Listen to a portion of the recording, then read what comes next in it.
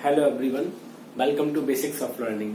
आज की इन्वायरमेंट की क्लास में, इन्वायरमेंट एंड इकोलॉजी की क्लास में हम कुछ जो बेसिक टर्मिनोलॉजी यूज की जाएगी इसमें उसके बारे में समझेंगे। और सबसे पहले जरूरी होगा कि हर सब्जेक्ट को जिसको भी हम स्टार्ट करें, सबसे पहले उसको एक इंटरोगेटिव मैनर में स्टार्ट करें कि हम उसकी स्टडी क्यों करते हैं, उसका सब्जेक्ट मैटर क्या है और उसका हमारे लाइफ से क्या कनेक्शन है और उसकी जो स्टडी है आज प्रेजेंट स्टेटस क्या है उसका, और इंटरडिसिप्लिनरी मैनर में उसको हम डील करेंगे। और जैसा कि मैंने शुरुआत में बताया था, हर सब्जेक्ट का लीगल एस्पेक्ट के साथ हम कवर करेंगे। तो सबसे पहले जब हम एनवायरमेंट की स्टडी करेंगे, एनवायरमेंट की स्टडी में हम शुरू करेंगे कि जो हमारी टोटल सराउंडिंग्स हैं, सराउंडिंग्स मतलब जो भी हम अपने चारों तरफ देखते हैं, एक जो कंडीशन है, सर्वाइविंग कंडीशन है जिसमें ऑर्गेनिज्म रहते हैं। ऑर्गेनिज्म मतलब जो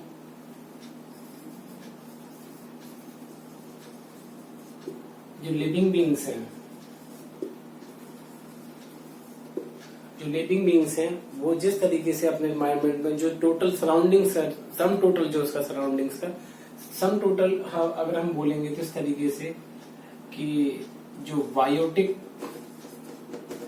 और अबायोटिक कंपोनेंट है जो एनवायरनमेंट के, जिसमें लाइफ एग्जिस्ट करती है, जैसे कि plant, animal, human being, micro organism. Abiotic जैसे कि light, temperature, heat, soil, water, इनका जो प्रॉपर बैलेंस है, इनके बीच में जो बैलेंस है, जैसे कि इसमें समझेंगे एनवायरनमेंट जो टोटल सराउंडिंग्स है हमारे चारों तरफ, उसमें ऑर्गेनिज्म जिसमें रहते हैं, हर ऑर्गेनिज्म के लिए एक सर्वाइविंग कंडीशन होती है जिसमें वो सर्वाइव कर सकता है। जैसे कि हमारे लिए भी एक टेम्परेचर लिमिट्स है, मिनिमम और मैक्सिमम। मैक्सिमम एक टेम्परेचर लिमिट के बाद हम सर्वाइव नहीं कर सकते और एक मिनिमम जो लिमिट है जिसके बाद सर्वाइव नहीं कर सकते। काफी ऑर्गेनिज्म, काफी जो स्पेसीज थी जो समय के साथ एक्सटिंक्ट हो गई, विलुप्त हो गई, उनकी वजह ये थी कि वो समय के साथ जो बदलाव आए थे, जो जलवायु में परिवर्तन हुआ था, जिसकी वजह से जो उनके लिए अनुकूल परिस्थितियां नहीं थी और जिसके बाद वो समाप्त हो गए थे। तो उसी तरीके से इन्वायरमेंट में इन सभी स्टडी के बारे में हम पढ़ते हैं। स्पेसीज के बारे में पढ़ेंगे, उनके हैबिटेट के बारे में पढ़ेंगे, कहाँ रहते हैं वो, और जो भी फैक्टर्स हैं उनको अफेक्ट करने वाले, जो ह्यूमन रिलेटेड जो एंथ्रोपोजेनिक फैक्टर है, उन सभी फैक्टर्स के बारे में स्टडी करेंगे। एनवायरमेंट, और उसके बाद इकोलॉजी क्या है, ये साइंटिफिक स्टडी एनवायरमेंट से और उसके ऑर्गेनिज्म से रिलेटेड। और इसके बाद हम पढ़ेंगे इकोसिस्टम। एनवायरमेंट इकोलॉजी की क्लासेस में हम इन सभी चीजों को ब्रॉड लेवल पे क्लासिफाई करके हर टॉपिक को समझेंगे, जैसे कि ऑर्गेनिज्म, लिविंग बीइंग्स और non living beings. Non living beings those who not having any life, जिसमें जीवन नहीं होता है, जैसे कि, और दोनों एक दूसरे को प्रभावित करते हैं, दोनों एक तरीके से इंटरडिपेंडेंट रहते हैं। जैसे कि लाइट का क्या यूज है, लाइट का यूज होता है, लाइट का जो सोर्स है वो है सनलाइट। सनलाइट किस लिए जरूरी होती है, हमने पढ़ा है कि फोटोसिंथेसिस की जो प्रोसेस होती है, फोटोसिंथेसिस, फोटो मतलब होता है लाइट, सिंथेसिस मतलब होता है मिक्स करना।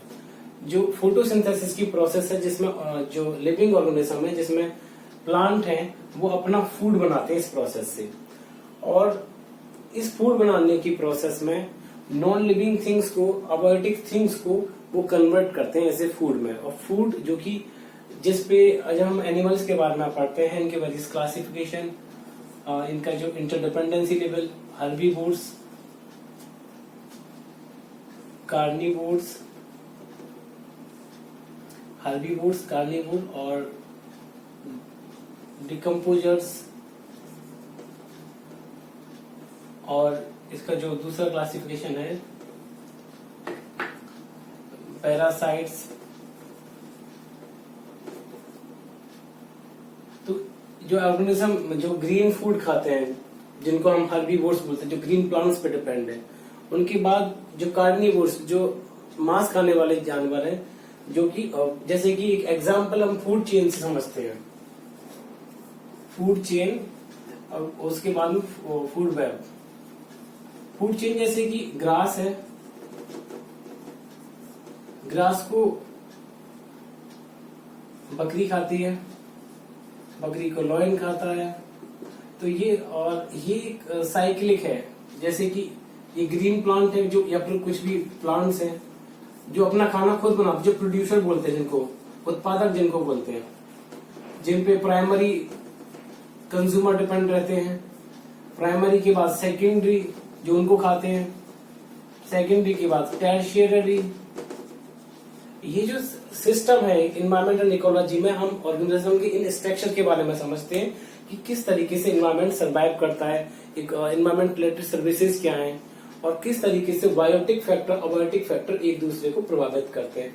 टेम्परेचर का क्या रोल रहता है, जो भी एक्टिविटीज है, और क्योंकि हर एक्टिविटीज के लिए एक मिनिमम और मैक्सिमम टेम्परेचर रेंज की जरूरत रहती है।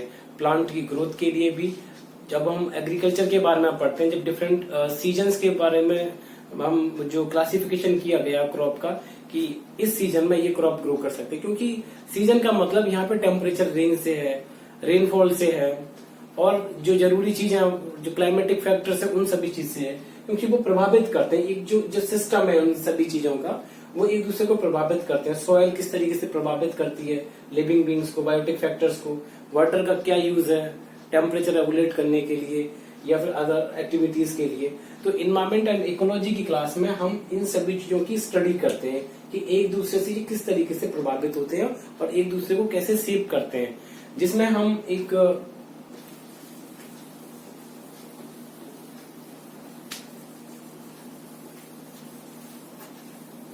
फिर इसके बाद हम स्टडी करेंगे कि ऑर्गेनिज्म क्या है, पॉपुलेशन क्या है, स्पेसीज, कम्युनिटी, बायोम्स, बायोस्फीयर, इन सभी चीजों के बारे में हम इस क्लास एनवायरमेंट एंड इकोलॉजी की क्लास में समझेंगे।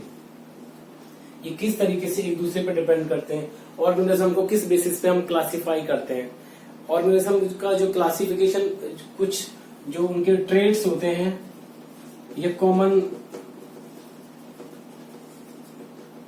ट्रेड्स होते हैं जिनके बेसिस पे उनको हम क्लासिफाई करते हैं। उनकी स्पेसीज को किस तरीके से क्लासिफाई किया जाएगा, और ये किस तरीके से जो इकोलॉजिकल सर्विसेज होती हैं वो प्रोड्यूस करते हैं, और इकोसिस्टम को रिन्यू, अपडेट और कैसे सरवाइव करते हैं। ये सब्जेक्ट मैटर एनवायरमेंटल इकोलॉजी में हम पढ़ते हैं। फिर इसके बाद जरूरी होगा कि जो एटमॉस्फेयर है, जिसको हम बोलते हैं in general mixture of gases,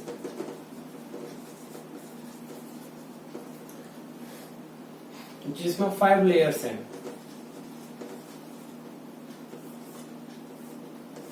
जो सबसे नीचे वाली लेयर है जिसको ट्रोपोस्फियर बोलते हैं, सेकेंड लेयर को स्ट्रेटोस्फियर, मेसोस्फियर थर्ड लेयर को, थर्मोस्फियर, सबसे टॉप को एक्सोस्फियर। इन्वायरमेंट रिलेटेड जो एक्टिविटीज होती हैं, ज्योग्राफिकल जो वेदर रिलेटेड जो चेंजेस होते हैं वो कहाँ पे होते हैं, स्ट्रेटोस्फियर का क्या रोल रहता है, ओजोन लेयर है वो कहाँ पे लोकेट है और उसका क्या इम्पैक्ट पड़ता है, ग्रीन हाउस गैसेस से रिलेटेड जितनी भी चीजें हैं। फिर एटमॉस्फेयर के बाद जब हम हाइड्रोस्फीयर को पढ़ेंगे, हाइड्रो मीन्स वाटर, जिसमें हम वाटर बॉडीज के बारे में पढ़ेंगे, ओशन जो रिलेटेड ओशन है, लेक्स हैं, सीज हैं, इन सभी चीजों को हाइड्रोस्फीयर में पढ़ेंगे। इसके बाद लिथोस्फीयर, लिथोस्फीयर में हम अर्थ की क्रस्ट के बारे में, क्रस्ट 2 तरीके की होती है, एक जो कंटिनेंट वाली क्रस्ट, और हमारे कंटिनेंट कितने हैं? 7 कंटिनेंट्स हैं। ओशन कितने हैं? 5 ओशंस हैं। और दूसरी जो ओशनिक क्रस्ट रहती है, जो ओशंस के नीचे जो क्रस्ट है।